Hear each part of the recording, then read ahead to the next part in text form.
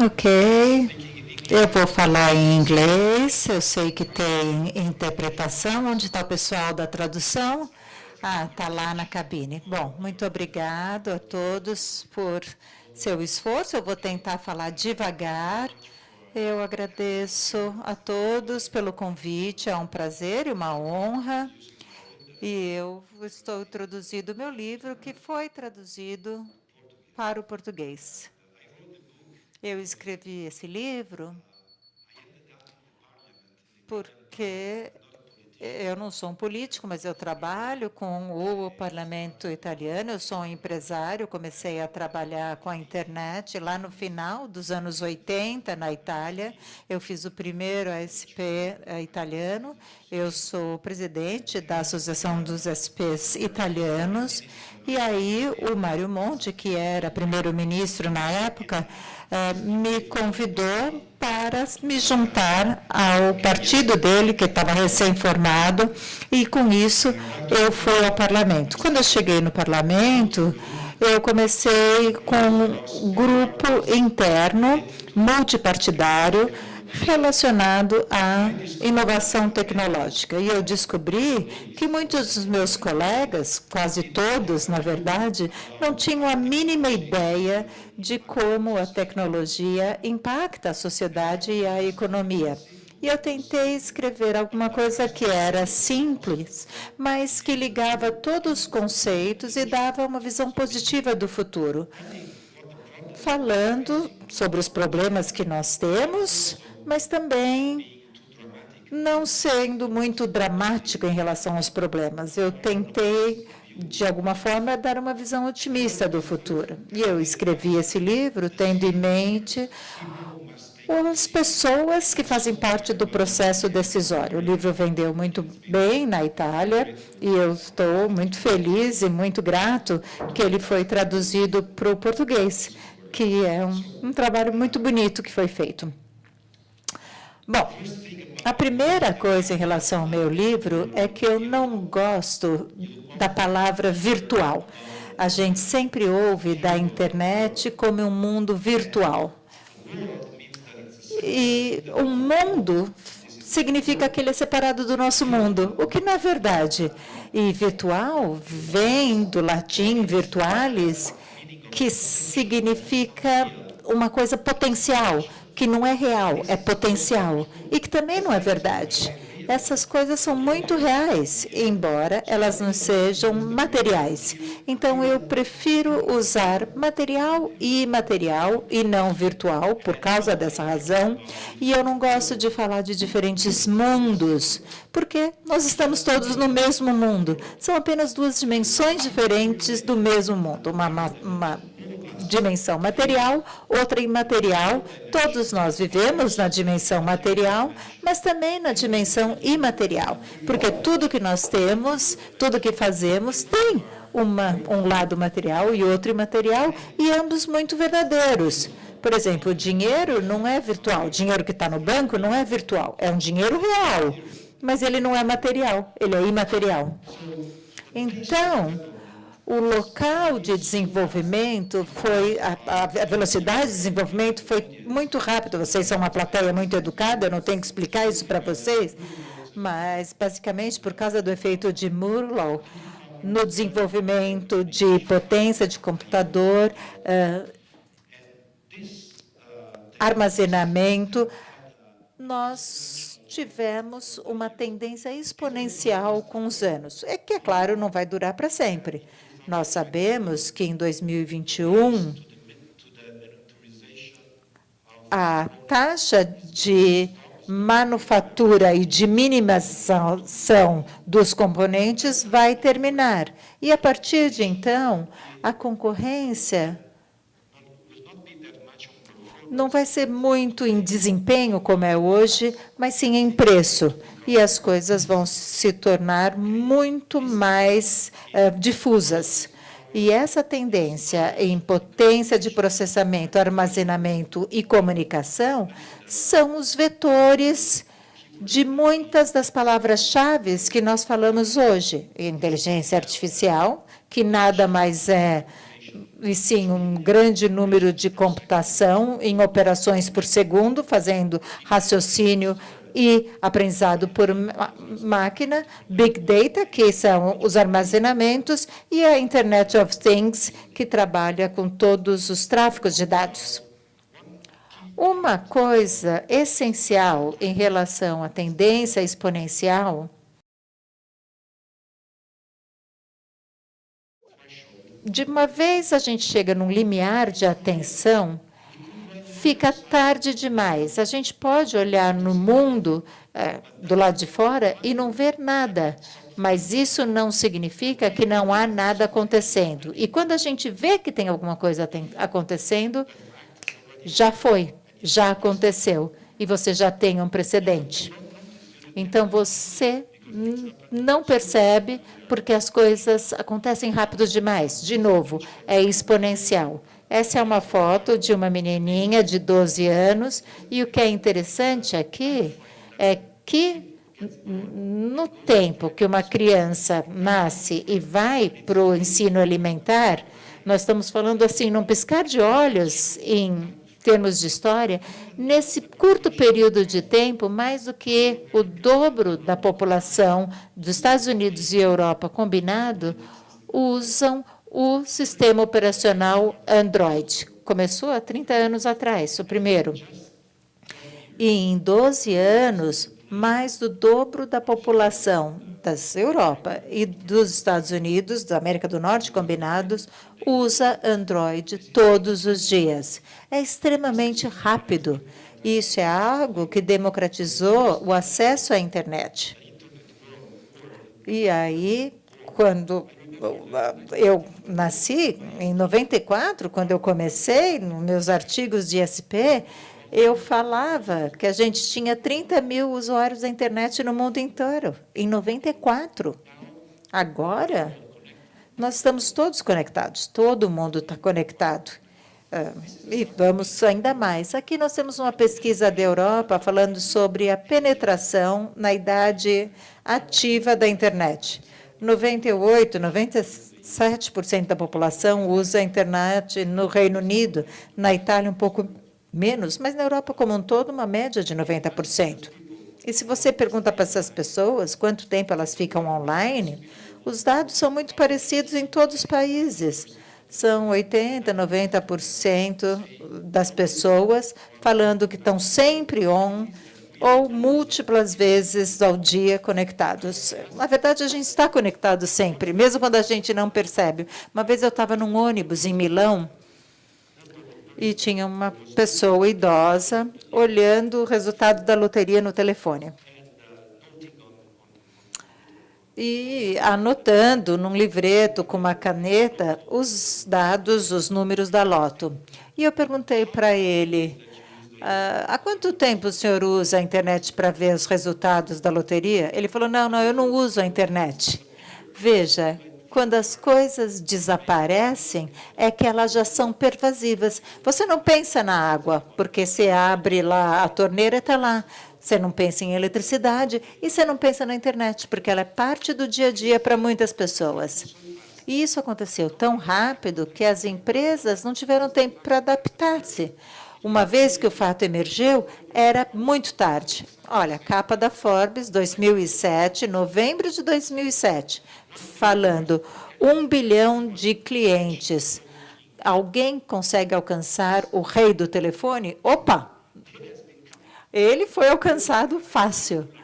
Olha, essa é uma foto que eu tenho certeza que vocês já viram muitas vezes com a eleição do Papa. Olha esse telefone aqui, o único telefone na eleição de 2005.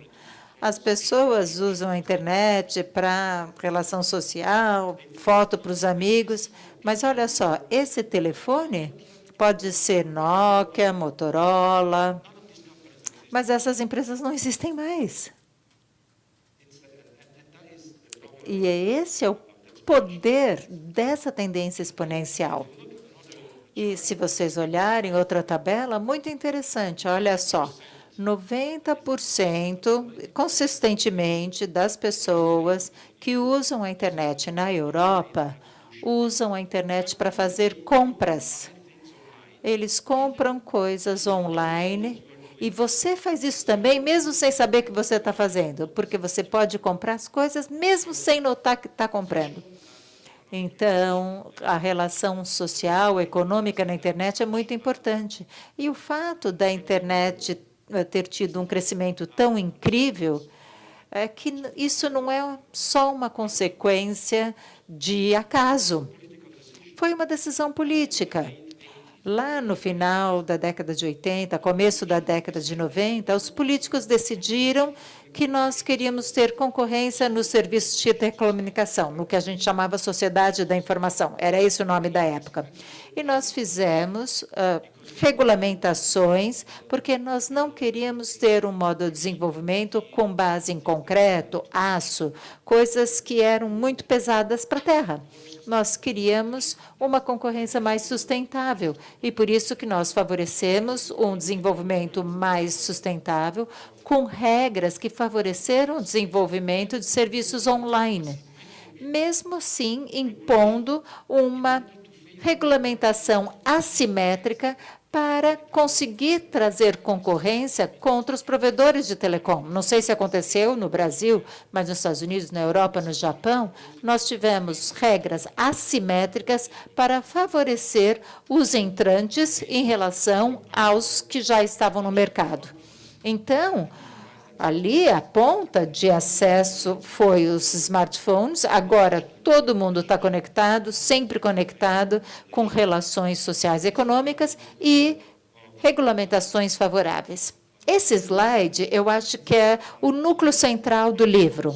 Uma lista de conceitos que são muito básicos, mas quando você pensa neles todos juntos, você vê que eles são os ingredientes básicos de por que a dimensão imaterial produz tanto impacto na dimensão material.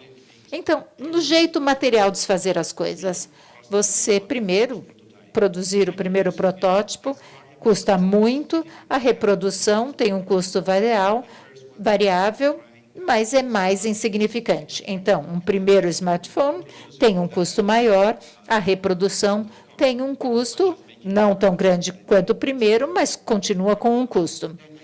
Depois você tem que armazenar, transferir, a transferência precisa de dinheiro ou tempo, a manipulação geralmente é humana, você tem robôs, é claro, mas não tanto quanto humanos.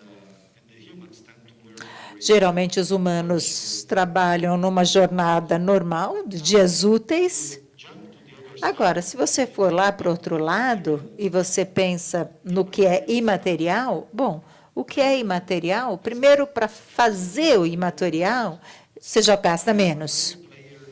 Eu gosto de jogar a palavra cruzada, sabe? Aquelas palavras cruzadas com letras e você tem que usar o valor de cada letra. Bom, a Mattel faz esse jogo em plástico, com um tabuleiro, tudo. As pecinhas podem ser de plástico, de madeira. Eu tenho um de pedras, que é lindo, mas isso tem um custo. Se eu tenho que comprar esse jogo, a Mattel tem que ter o material, a matéria-prima, eles têm que pensar na logística, eles produzem o jogo, eles têm pessoas que vão até as lojas para pegar os pedidos, com 5 meses, sei lá, em adiantado. Para o Natal, por exemplo, eles precisam ter números de produções diferentes, eles têm que ter um armazém, tem que ter distribuidor. Mas agora eu jogo uma versão imaterial da Palavras Cruzadas no meu telefone. E olha só, é produzido pela Ethermax, que é uma empresa que foi fundada por um argentino e um espanhol. A última vez que eu vi, eram 30 pessoas com mais de 100 milhões de receita, milhões de dólares. E é claro que fazer palavras cruzadas é muito pequena, a primeira versão. Depois, não tem custo nenhum, não tem custo de arquivo, não tem custo de transferência, o custo é marginal, não precisa de tempo.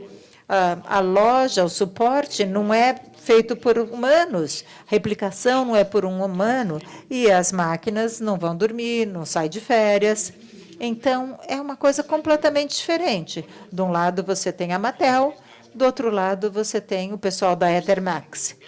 Então, se alguma coisa é completamente substituída, você vai ter um problema muito grande ali no mundo material. O McLuhan fala que, no passado, a gente se movia através da caminhada. E agora a gente anda por paixão. A gente antigamente andava em cavalo porque a gente precisava, agora a gente faz por prazer.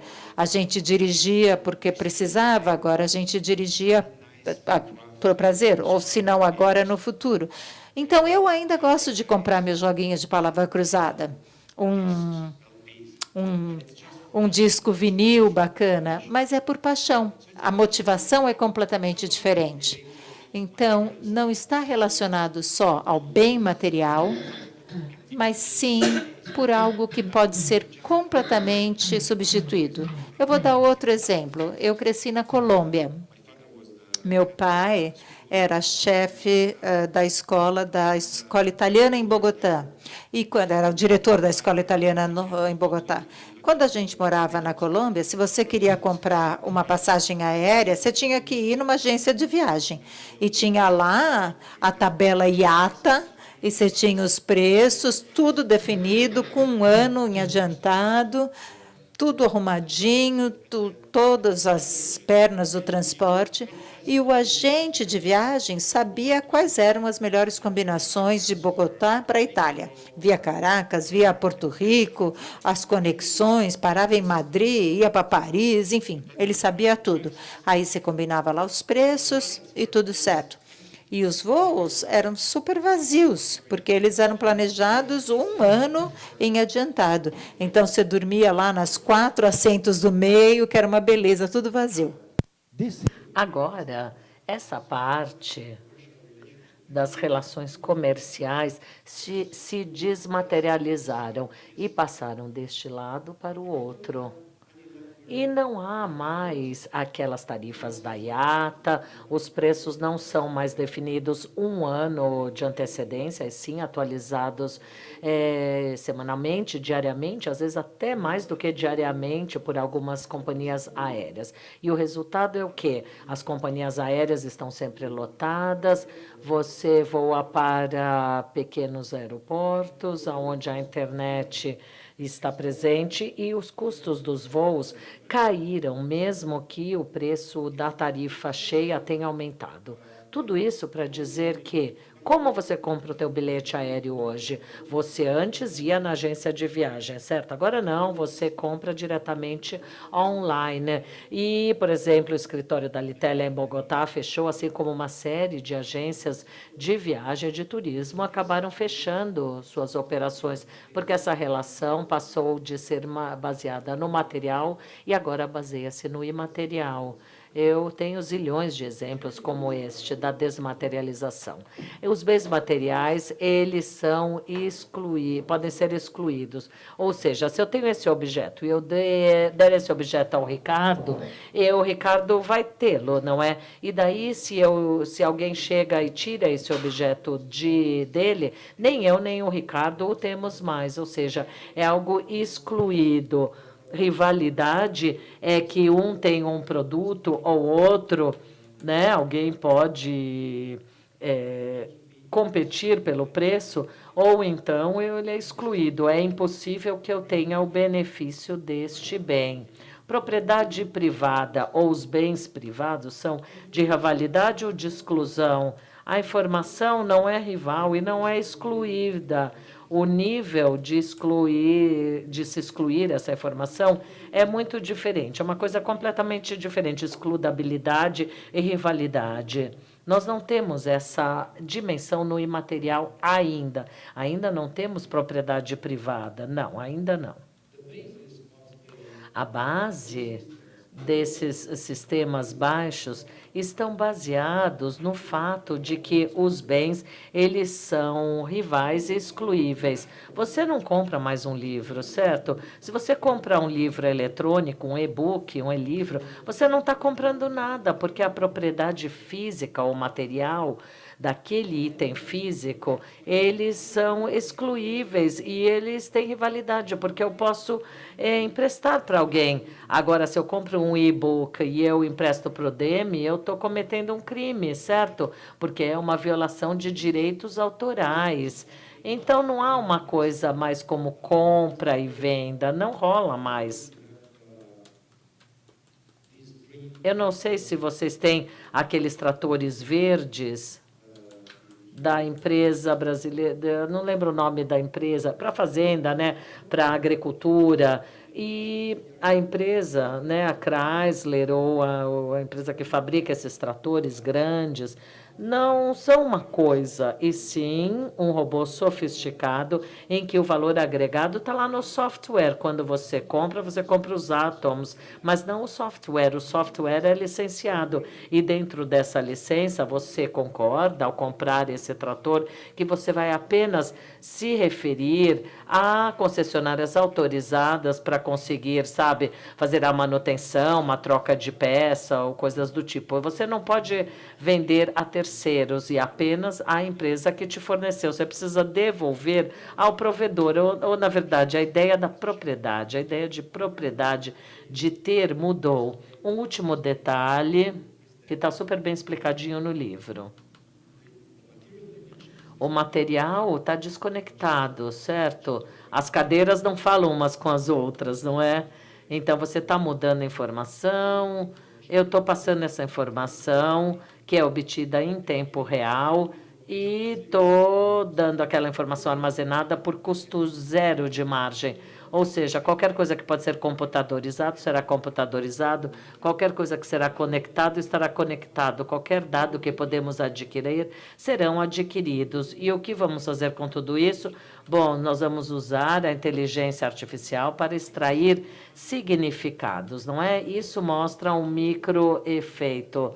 A primeira delas é que a intermediação tradicional, aquela estrutura de intermediação dos negócios tradicionais foram substituídos agora por uma intermediação algorítmica. Eu não gosto de chamar de plataforma, porque plataforma nos traz a ideia de neutralidade. Então, eu prefiro chamar de intermediários. A Alitalia, e ali a filial em Bogotá, Mantel, distribuidores, lojas, são substituídos por algo mais central.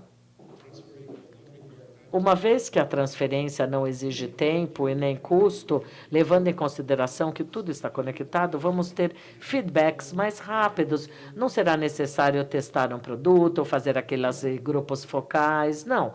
Você simplesmente vai fazer um protótipo e um teste em tempo real. Então, os ciclos se aceleram com isso. Levante em conta, então, que você pode ter informação adquirida a partir de indivíduos, é possível ter um produto mais personalizado, customizado, assim como informações e mensagens que são mais customizadas. Eu posso entregar ao Demi exatamente aquilo que ele quer. Então, a ideia da mídia de massa não existe mais. O que existe, sim, é a mídia personalizada. Agora, a mídia é o indivíduo como único e não mais como massa. Tudo agora está acessível sempre, em qualquer momento. Existe a unificação global e a possibilidade de fornecer serviço para qualquer pessoa que seja em qualquer local do mundo, obter a informação. Se você tiver todos aqueles detalhamentos mínimos de uma determinada comunidade, por exemplo, em Bangladesh, você pode ter essa informação super detalhada, minimizada ou maximizada agora, levando em conta que o custo dos aparelhos eletrônicos estão caindo, irão cair ainda mais. A arquitetura tradicional, em que você tem um centro único de controle, será substituído facilmente por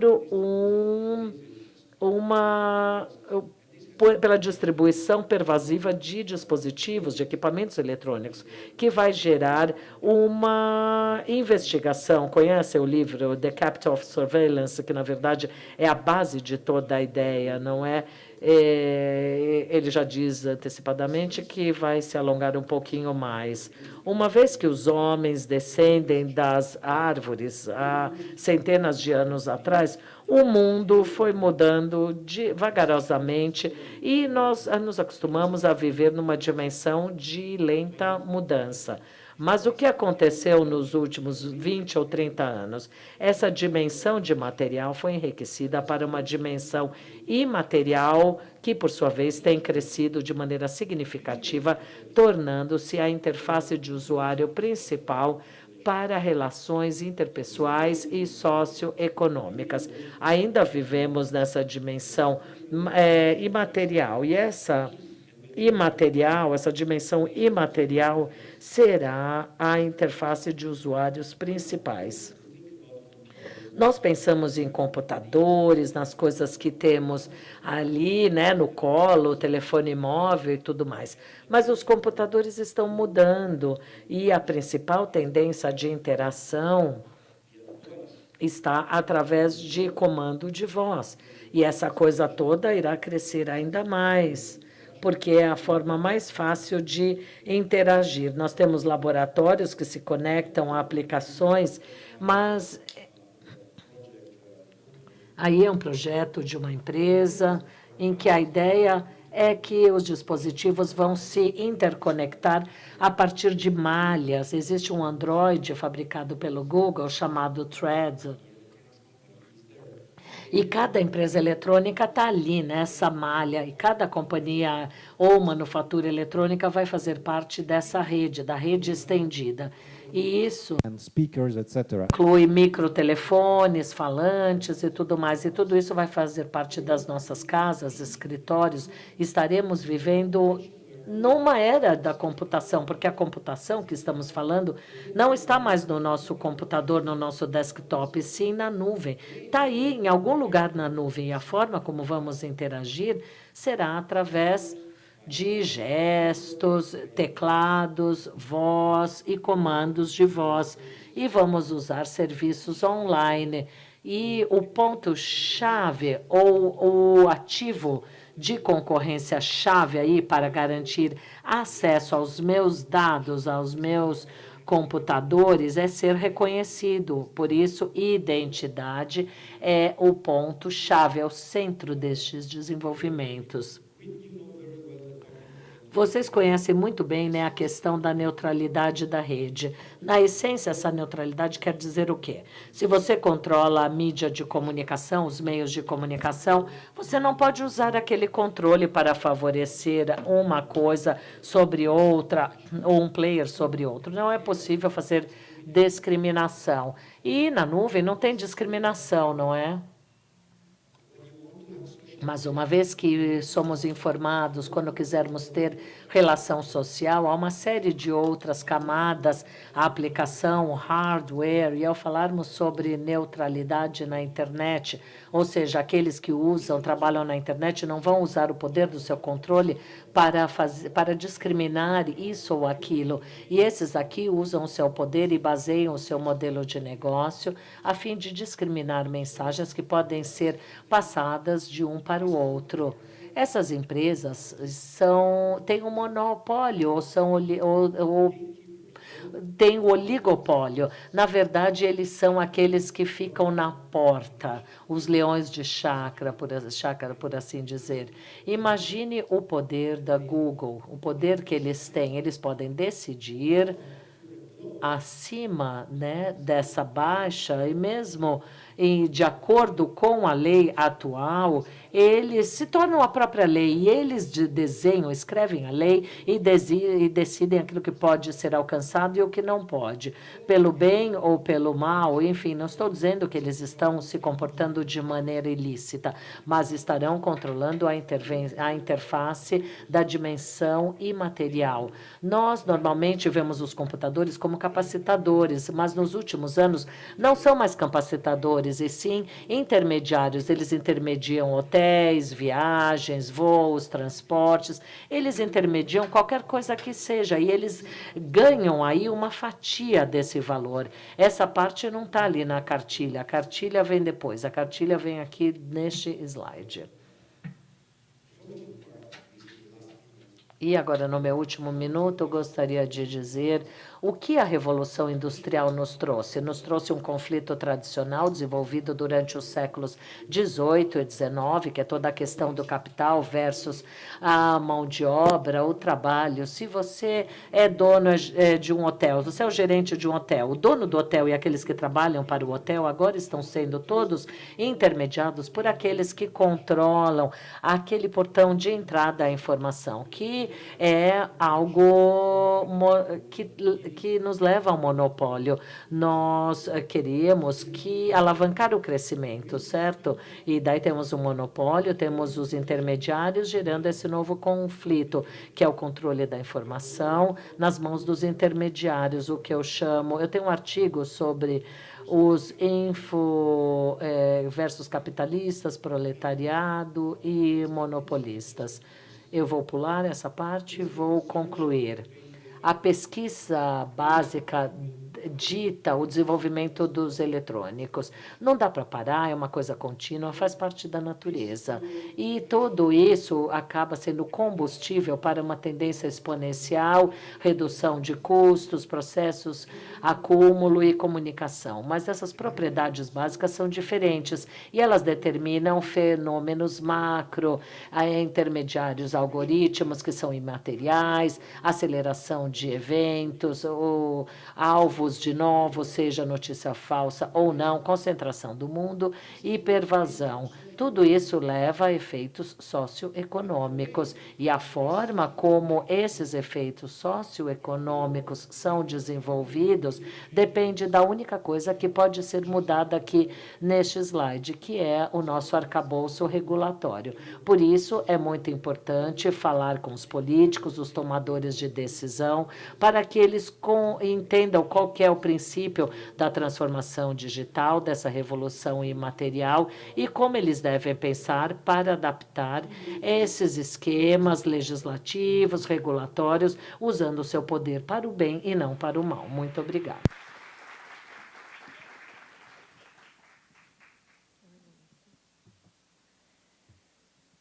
Bom, teremos agora, então, o nosso debate. Ao palco, como chair deste bloco, o senhor Luiz Fernando Martins Castro, conselheiro do CGI.br. O senhor Demi Guetico, diretor-presidente do UNIC.br e conselheiro notório saber do CGI.br. O professor da Faculdade de Economia e Administração da Universidade de São Paulo, Dr. Ricardo Abromovai. E Tanara Lauschner, conselheira do CGI.br.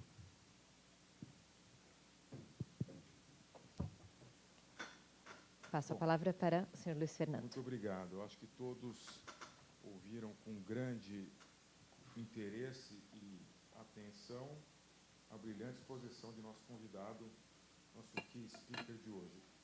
Eu entrei na sala uns minutinhos depois. Foi lido o currículo dele? Acho que vale a pena fazer uma breve apresentação.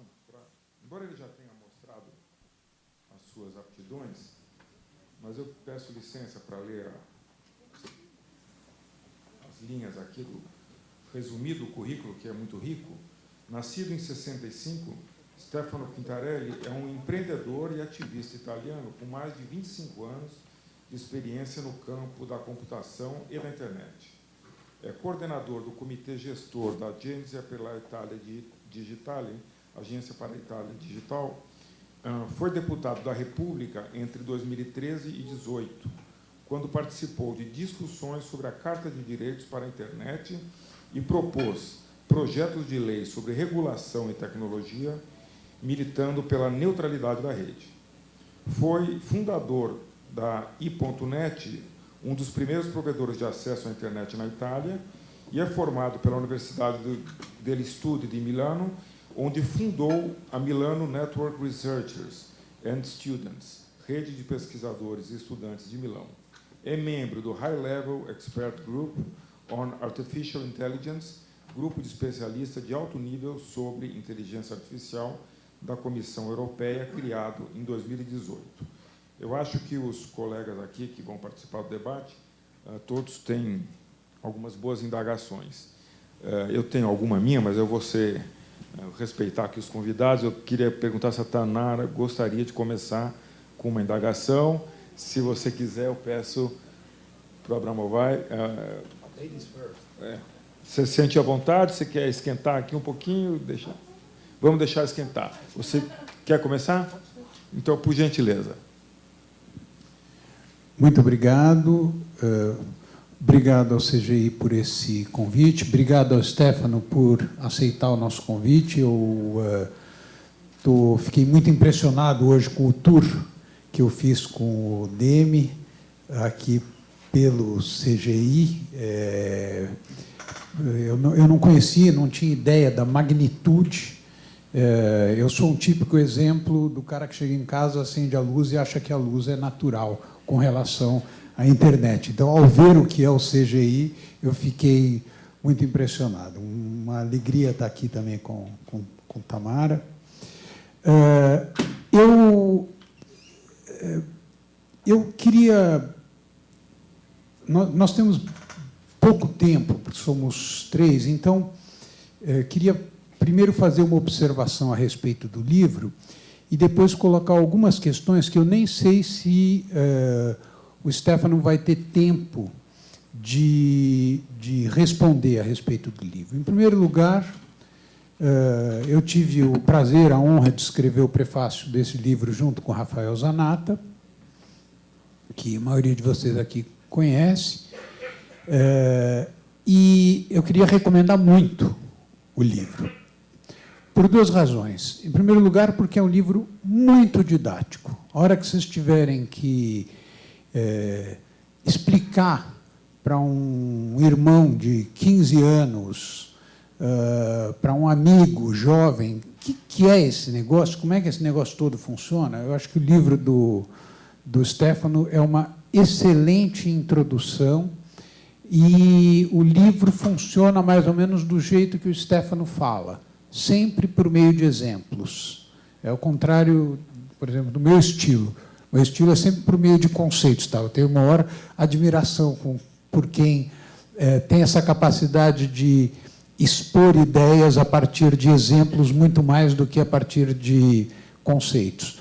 O livro, conceitualmente, é muito rico, mas justamente os exemplos o fazem muito didático. Em segundo lugar, porque nós estamos vivendo um momento, tanto na literatura acadêmica como na grande imprensa, a respeito de todos os temas que foram discutidos durante o dia de hoje, nós estamos vivendo um momento de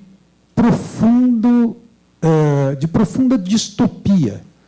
Isto é, eu, em 2012, publiquei um livro chamado Muito Além da Economia Verde, estava falando disso agora para amigos durante o almoço, cujo último capítulo é de um otimismo que hoje eu diria franciscano, com relação ao que a internet poderia representar para o desenvolvimento sustentável, não só do ponto de vista dos seus impactos na maneira de produzir bens materiais, energia, etc., mas, sobretudo, para a comunicação humana.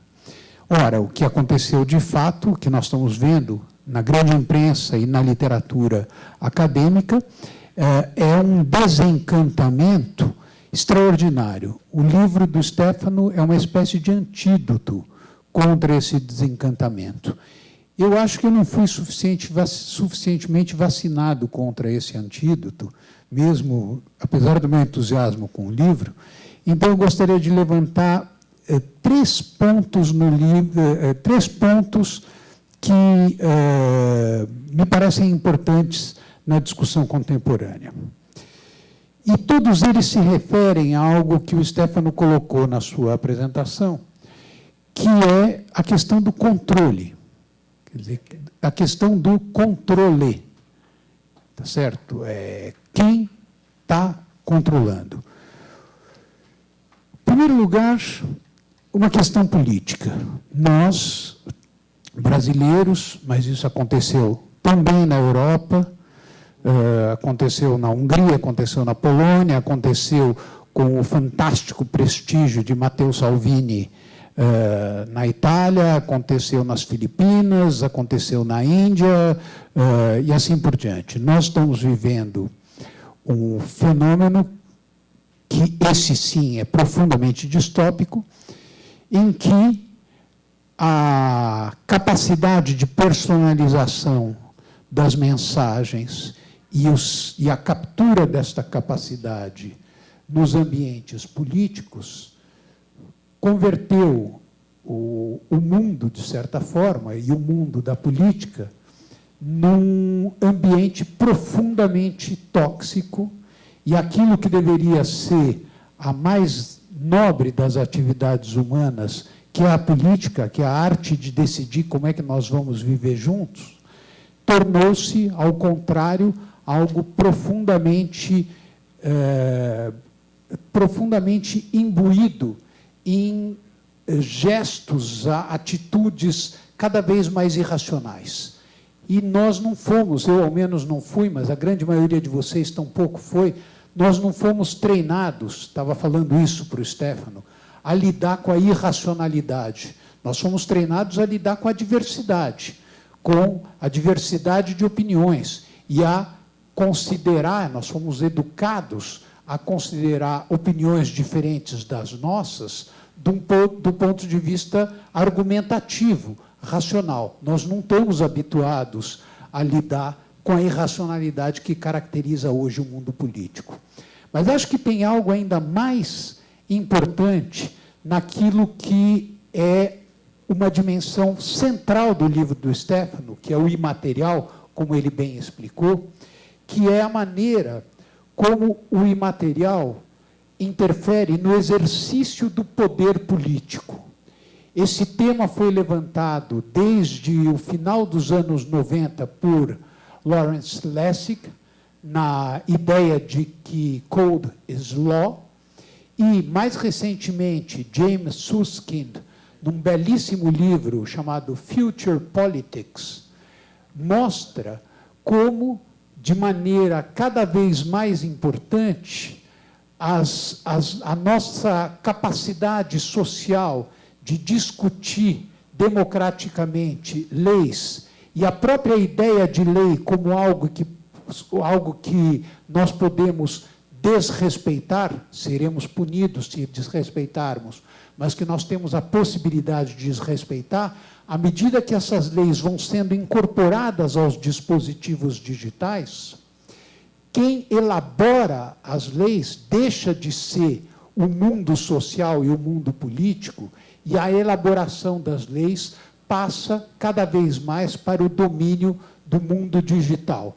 Como esse mundo digital absolutamente não é um mundo descentralizado, ao contrário, é um mundo caracterizado por profunda concentração, nós temos aí um grande desafio para a democracia contemporânea, que se materializa, por exemplo, no fato de que, quando houver circulação de carros elétricos, de carros autônomos, nós não teremos mais a possibilidade de ir além do limite de velocidade e receber uma multa em função disso. O carro não vai permitir, o dispositivo digital não vai permitir. James Suskind cita inúmeros exemplos nesse sentido, e aquilo que poderia parecer como algo são para a vida social é extremamente perigoso, porque nos elimina da decisão de cumprir as leis e, sobretudo, nos afasta do processo de elaboração das próprias leis.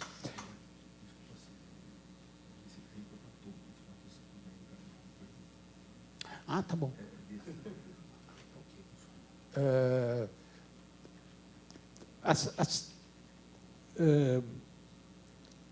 A pergunta que eu gostaria de encaminhar... Obrigado por me avisar. Imagina. Obrigado por me avisar. A pergunta que eu queria encaminhar é que se o mundo, no mundo digital, tal como ele está evoluindo atualmente, com esse grau de concentração, e, sobretudo, com esse grau de captura da nossa vida cotidiana por parte dos aparatos, não é dos aparatos que nós usamos, mas dos aparatos que cada vez nos usam e fazem parte de nós, essa dimensão imaterial que é tão importante e cada vez mais determinante das nossas vidas, Você está concentrado na maneira como a regulação está lidando com ela. Eu gostaria de saber de que forma você sente, a partir da sua experiência, que a sociedade civil tem participado do processo de impedir que o nosso mundo da vida seja inteiramente capturado pelos dispositivos digitais. E desculpe pelo abuso do tempo.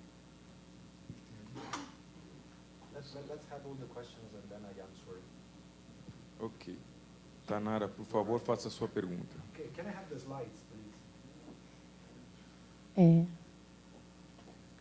Boa tarde a todos. Obrigada, professor Stefano, pela excelente palestra. Eu vou tentar ser bem rápida, viu, Luiz Fernando? Na verdade, o professor começou falando da lei de Moore, né, da questão do desempenho dobrar a cada ano, a cada 1 ano e meio. E isso me leva a pensar um pouco nas questões das previsões. O Moore, lá em 1965, começou a falar sobre essa questão de, a cada 18 meses, o número de transistores pode aumentar 100%, e isso acabou sendo uma lei, e que agora a gente está dizendo que até 2021, é o que se coloca, ela não vai mais valer, sendo que há uma década atrás já se dizia que a lei de Moore não viria até os dias de hoje, né? E a gente ainda está com ela valendo. Eu lembro de uma palestra que eu assisti, também há um pouco mais de 10 anos, sobre banco de dados. Meu orientador de doutorado falou sobre as perspectivas dos bancos de dados, e ele fazia toda uma trajetória, desde 1960, com os dados ainda em arquivos, depois os sistemas de gerenciamento de banco de dados, depois os sistemas distribuídos, geográficos, enfim.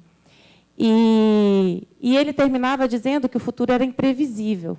E, se a gente for olhar hoje em dia, a gente não tem mais praticamente pesquisadores de bancos de dados. A gente tem de Big Data, de Data Mining, de análise de dados, essas palavras mais fancy, digamos assim, mais em moda, que, na verdade, são os bancos de dados de hoje, né? Os bancos de dados de nuvem, essa parte de processamento. Mas o que eu acho, e que aí é muito interessante que foi trazido pelo professor, é que qualquer desenvolvimento tecnológico, por mais imprevisível que a gente possa dizer que eles serão, eles passam por essa questão imaterial, eles passam por essa questão da ética do desenvolvimento, de que a questão tecnológica hoje, as soluções tecnológicas, elas não são mais tão difíceis.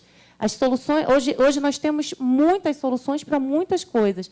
A questão é o que é que a ética está relacionado com isso, o que é que isso implica na privacidade do indivíduo, o que é que essas soluções implicam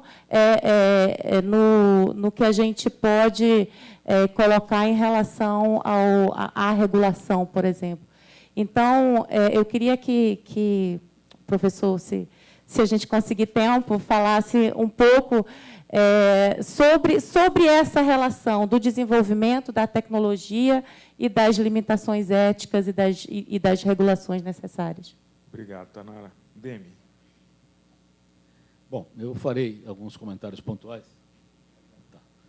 E, na verdade, mais como, talvez, jeito de pensar alguns pontos aí. Em primeiro lugar, eu acho que essa abordagem do Stefano, da parte material, é muito coerente e consistente. Eu acho que é fundamental as palavras retornarem à sua semântica, e acho que a semântica virtual não é boa nesse caso. Aproveito para comentar o que o Ricardo comentou sobre controle, né? Já falei outra vez também, que a palavra controle, em grego, a raiz é ciber, então, quando você fala ciberespaço, pode ser um espaço de controle, o que é uma péssima ideia para o nosso espaço etéreo da internet, mas, desgraçadamente, essa é a semântica e pode se vingar, de alguma forma, na gente. Mas o que eu queria levantar é o seguinte: há uma boa abordagem sobre a parte material, bem completa, e depois se passa por regulação, que é uma coisa que eu já tenho, pessoalmente, mais dificuldade em entender. E meu medo é que ao juntarmos essas duas coisas, nós talvez estejamos tentando usar métricas do mundo antigo no mundo novo. Quer dizer, essa dicotomia entre material e imaterial provavelmente implicará numa dicotomia também entre o que era, por exemplo, legislação e regulação e o que será agora. Lembro, o Negroponte tem um livro antigo chamado Digital Life, onde ele separa a coisa entre bits e átomos, né? Então, uma coisa é você controlar átomos, outra coisa é você controlar bits. Quer dizer, numa fronteira de país, você pode impedir que determinados produtos entrem, né? A Arábia Saudita não quer que entre álcool, ela pode impedir a entrada de garrafas de álcool. Agora, o que você faz com os bits? E, na verdade, quando tudo vira bits, né, você tem uma inadequação dos métodos antigos de controle baseados na matéria, né? Tem um texto do Barlow que chama Vendendo Vinho Sem Garrafas, que vai nessa linha. Quer dizer, uma coisa é você vender um treco que tem um continente em um lugar para você etiquetar, e outra coisa é que você não tem. Na mesma linha ainda de palavras, eu entendo o perigo dos monopólios, foi citado seguidamente, vivemos no meio disso, mas, de novo, acho que talvez não seja uma questão de monopólios, talvez seja questão talvez de poder ou outra coisa qualquer, porque, na verdade, ninguém está muito preocupado diretamente em vender, talvez mais preocupado em controlar. Na linha do que o Ricardo comentou sobre irracionalidade, me lembrou um outro filósofo, pensador italiano importante, que faleceu recentemente. Umberto Eco tem umas frases bastante cáusticas a respeito do que a internet nos trouxe, e, de alguma forma, o que ele fala é o aflorar de uma irracionalidade voluntariosa de pessoas que, eventualmente, sem argumentos ou sem maior meditação, soltam coisas que acabam tumultuando o ambiente. Então, isso vem de ambos os lados. Quer dizer, essa irracionalidade política que foi comentada, ela é, de alguma forma, potencializada pela rapidez e a falta de substância do que se encontra também nas rétrocas que há isso, nas coisas que você redargue a isso. Então, acho que essa é uma coisa complicada. Eu acho que seria importante tocar um pouco nesse ponto também, porque nós temos que conviver com isso. E mais indo na da lei ainda, isso também me leva a uma outra ideia problemática para mim, que é a seguinte: você falou que o mundo eletrônico eventualmente prescindirá de freios morais, porque já estará embutido no procedimento, né? Eu acho que isso aqui é um risco do ponto de vista humano, pelo seguinte: a gente já está vivendo uma fase em que a ética e os bons costumes são substituídos pela lei, né? Nos velhos tempos, minha avó dizia que eu devia me levantar para dar lugar para uma pessoa de idade ou para uma senhora, ou o que fosse, e hoje tem uma lei que diz que um cara de 65 anos tem direito de sentar. Então, eu passo de uma posição em que isso era uma obrigação moral minha, para a ideia de dizer: mostra a sua carteira, você tem de fato 65 ou tem 64 e 4 meses? Quer dizer, nesse caso eu não levanto, porque você não tem 65. Quer dizer, você trocar aquilo que fazia parte da sua estrutura ética e moral por alguma coisa que a lei manda fazer, eu não acho que é um avanço. Quer dizer, toda vez que se a lei obrigar você a dizer bom dia todo dia, aquele bom dia que você fala espontaneamente deixou de ter valor, porque se você não disser bom dia, você vai ser penalizado por não ter dito bom dia. Eu acho que esse é um slippery slope, como diriam os americanos, que nos leva a coisas bastante complicadas. Então, acho que esse é o tipo de meditação que vale a pena fazer. Eu achei brilhante a palestra. E só para terminar o que falou a Tanara, que o futuro é imprevisível, no caso do Brasil, nós temos um caso pior, que é o passado também é imprevisível. Obrigado, Demi. Stefano, eu quero pedir licença para amarrar uma pergunta com mais uma. Com a sua experiência, com o seu conhecimento do imaterial, com as provocações que você traz e com a reflexão dos três que me precederam sobre o controle, sobre a ética, sobre a imprevisibilidade. Eu li na semana passada, estava lendo Le Monde, e fala que trazia notícia que a OCDE está discutindo muito a tributação do GAFA, né, do Google, do Amazon, do Facebook e do Apple, né, que são empresas do imaterial, né? E a gente que estuda, ou já estudou direito, sabe que o tributo existe para ou compensar desigualdades, ou remediar alguns desequilíbrios causados pela atividade, ou mesmo para incentivar algumas condutas sociais.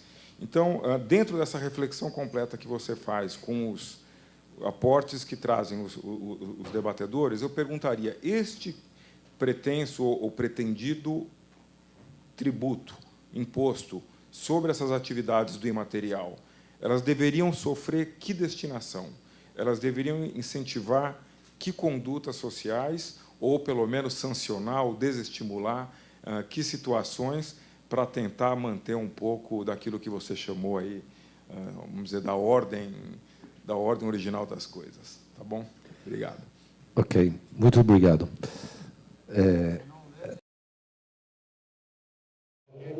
Eu vou tentar responder tudo isso em 3 minutos, 20 minutos de pergunta e 3 minutos de resposta, né?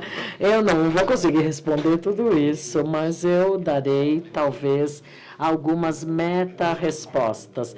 Eu participei do parlamento, tive muita sorte de desempenhar essa função lá, e com isso eu aprendi como a democracia é difícil e frágil. Ele, na verdade, tem 10 minutos para responder e não 3 minutos. Então, eu aprendi como é difícil a democracia e como ela é extremamente frágil. A finalidade da democracia não está na eficiência. Isso faz parte da resposta às suas 3 perguntas.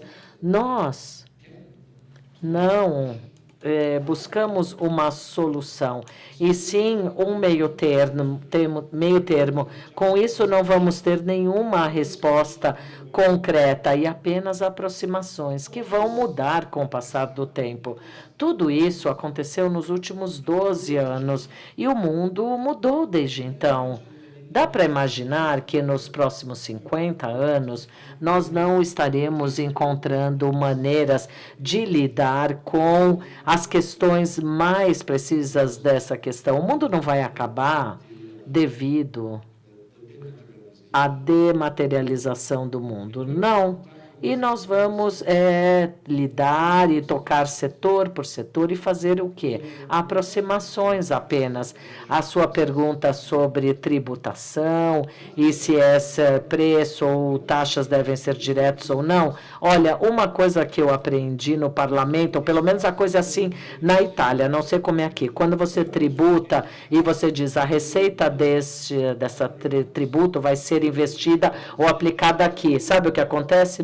Isso nunca acontece. Simplesmente vai para aquele pote em que vai financiar coisas que são gerais àquele estado, àquele país. Então, a tributação, os tributos, realmente são uma questão difícil.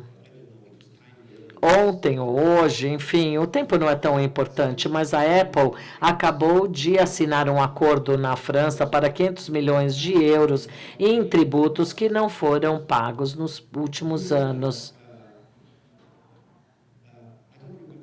Eu não me lembro os números, mas dezenas de bilhões em que a Apple tem participação em uma pequena ilha de dinheiro, uma quantia que não foi levada para o Estado. Caso contrário, haveria uma tributação sobre o estatuto. Então, eles levaram esse dinheiro de volta para os Estados Unidos quando o senhor Trump disse que daria um desconto para as quantias que voltassem para o país. Então, as receitas baseadas em propriedade intelectual estão ganhando montanhas de dinheiro, e eles esperam conseguir levar de volta esse dinheiro, distribuir aos seus acionistas. Mas será que isso será solucionado? Sim, mas há ainda alguns países. Nós temos na Europa 500 milhões de habitantes e está óbvio para qualquer europeu, como gerenciar e lidar com as taxas. Mas há 3 localidades, Malta, Luxemburgo e a Irlanda, que são contrárias a essas taxas, a esses tributos, porque eles estão baseados na competição, uma vez que eles vão trazer empresas para sediarem suas fábricas, seus escritórios naqueles países que têm isenção de impostos. E com isso, essa questão ainda não é solucionada, mas isso ainda irá mudar e mudará porque a história está indo nessa direção. Na Europa, nós temos uma limitação estrutural, uma proibição, uma vez que alguns membros de estados não quiseram acordar, e há essa neutralidade das provisões. E outros dizem, não, vamos regular a neutralidade de provisões, mesmo que a Comissão Europeia não queira que façamos. E começaram a fazer essa regulamentação nos Países Baixos. E o restante da Europa reagiu da seguinte maneira, bom, vamos lá, ok. Agora, essas represas estão quebradas, então vamos introduzir a provisão de neutralidade, e daí a neutralidade está empregada em toda a Europa. É apenas uma aproximação, mas, ok, alguns países acabam quebrando as leis de tributos e taxas e acabam não pagando por esses tributos. O custo seria de uma margem zero, que é diferente do que taxar um veículo, um anúncio. Um anúncio, uma propaganda tem uma margem zero de custo. Se você não vende a propaganda, você não tem receita. Se você não vende, o custo não aumenta, certo? Então, há diferentes níveis de tributação, porque aqueles que têm o custo associado e outros que não têm o custo associado, já que o custo é fixo. Então, podemos ser bem criativos e inventar muito, sobre como vamos começar a aproximar, intervir e taxar. Sobre a questão da regulamentação e o fato de que alguém começa e daí a coisa evolui, pensem no caso... Eu era amigo do Stefan, trabalhei com ele bastante, e ele começou a pregar bastante sobre proteção de dados, privacidade de dados. Isso já começou há muitos anos atrás, e acabamos empregando a proteção de dados na Europa, e temos agora o GDPR. E mesmo se você não estiver relacionado ao GDPR, porque você não opera na Europa, o mesmo tipo de regulação está acontecendo mundialmente. É uma imitação? Não é idêntico, não é perfeito, é uma aproximação, mas está sendo disseminado. E o mesmo está acontecendo, por exemplo, na Índia, eles decidiram que aqueles que são responsáveis por uma camada intermediária, que trabalham como intermediários, não fazem parte do jogo. Ou seja, você é da Amazon e você gerencia os dois lados do mercado, vendedores e compradores. Você não pode ser um dos vendedores, você pode ser a plataforma, o capacitador, intermediário, mas não fará parte do jogo. Este é um exemplo sobre como você possivelmente poderá regular parte dos problemas que surgem a partir disso. E, eventualmente, isso acabará acontecendo. Acontecerá na Índia e será levado para outros lugares, será disseminado. E nós que temos a tecnologia, determinamos novas condições, novos problemas, mas também levamos a possibilidade de novas soluções. Eu sou fã de uma tecnologia chamada IPFS, que quer dizer um sistema de arquivo interplanetário. É um protocolo de uma suíte de protocolo. Se vocês não conhecem, devem dar uma olhada. É de fonte aberta, desenvolvida por uma empresa chamada Protocol Labs, fundada por uns carinhas de 22, 23 anos de idade, que trabalharam até o ano passado com o Tim Berners-Lee, e eles estão construindo uma rede, uma camada de rede codificada, criptografada, e com isso você terá o controle daqueles que usam os seus dados, para quê e aonde os dados estão armazenados. Eles estão trazendo, então, rivalidade e excludabilidade para a informação. Se eles não forem bem-sucedidos, alguém será daqui a 5 anos. Agora, se eles forem exitosos agora, isso vai mudar a forma como pensamos nas aplicações ou nos aplicativos, e eles vão capacitar aí a interoperabilidade nos serviços da internet. E é apenas uma questão de regulamentação.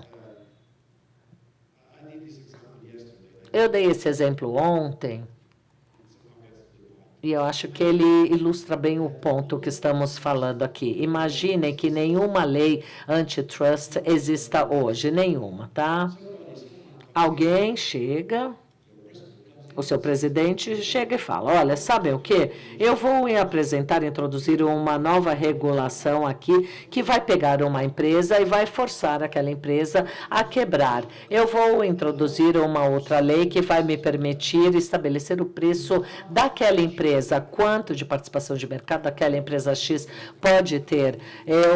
Isso seria considerado comunismo? Pior, muito pior ainda. Seria muito poder na mão de uma única pessoa. Mas isso acontece quando uma gama de pessoas controlam a economia e a economia americana, a política americana.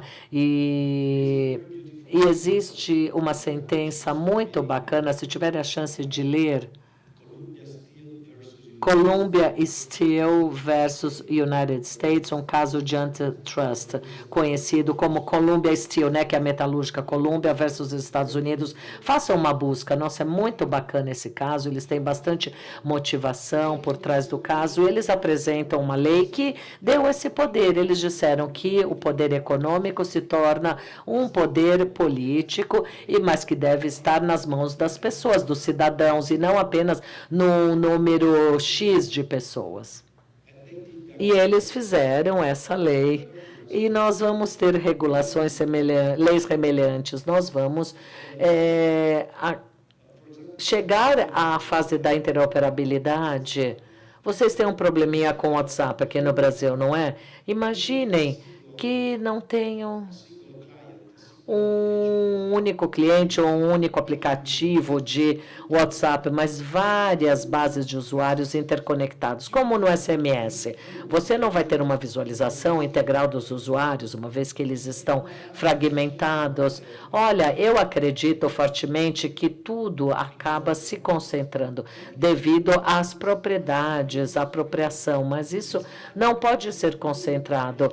Você pode fazer com a informação, você pode colocar muros chineses, como fizemos em finanças na Índia. Vocês sabem o que agora o WhatsApp vai fazer? Vai limitar a quantidade de retransmissão de informação, gerando atrito na coluna da direita. Quando nós dizemos que a transferência não exige tempo, podemos introduzir atrito aí, permitindo ganho de tempo para a sociedade se adaptar a essa nova questão. Nós dizemos também que nada pode ser compartilhado mais do que 2 níveis. E quando eu compartilho alguma coisa, ele aparece na outra tela depois de 8 horas. É apenas uma lei simples que está mudando dramaticamente a forma como as coisas estão acontecendo agora. Eu não tenho a solução, nem pouco estão dizendo que este é o caminho certo. O que quero dizer é que começamos a perceber que ao intervir com as leis, regulações,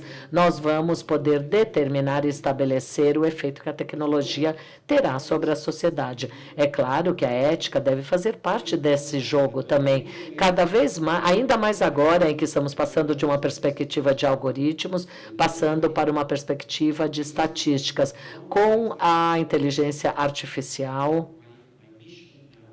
devo dizer que a minha missão agora, aquilo que realmente me impulsiona na vida hoje, é explicar às pessoas que a inteligência artificial não trata-se de mágica e que comete erros. As pessoas leigas acham que a inteligência artificial vai solucionar problemas, mas não enganem-se. Elas criam novos problemas porque comete erros e devem entender como comete erros. Eu dou aula em universidades, nós somos os coroas que começamos, que vivemos antes da geração da internet. A minha filha pensa de uma maneira distinta da forma como eu penso. Eles estão mais ligados a uma dinâmica que é diferente da minha dinâmica. Eles não estão nem aí se postam fotos deles na internet. Eles apenas vão lá e excluem. Mas eu não fui educado dessa forma. Isso faz parte da comunidade social. Esse tipo de comportamento é um comportamento novo, um comportamento social. E